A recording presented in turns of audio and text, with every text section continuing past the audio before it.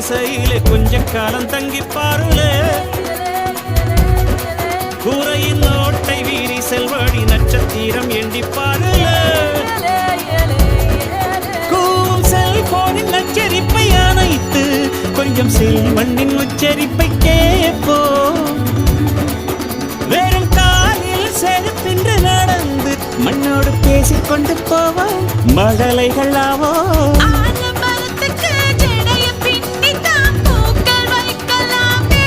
உரோரம் ஐயனாரிடம் கத்தி வாங்கித்தான் பென்சில் சீவலாமே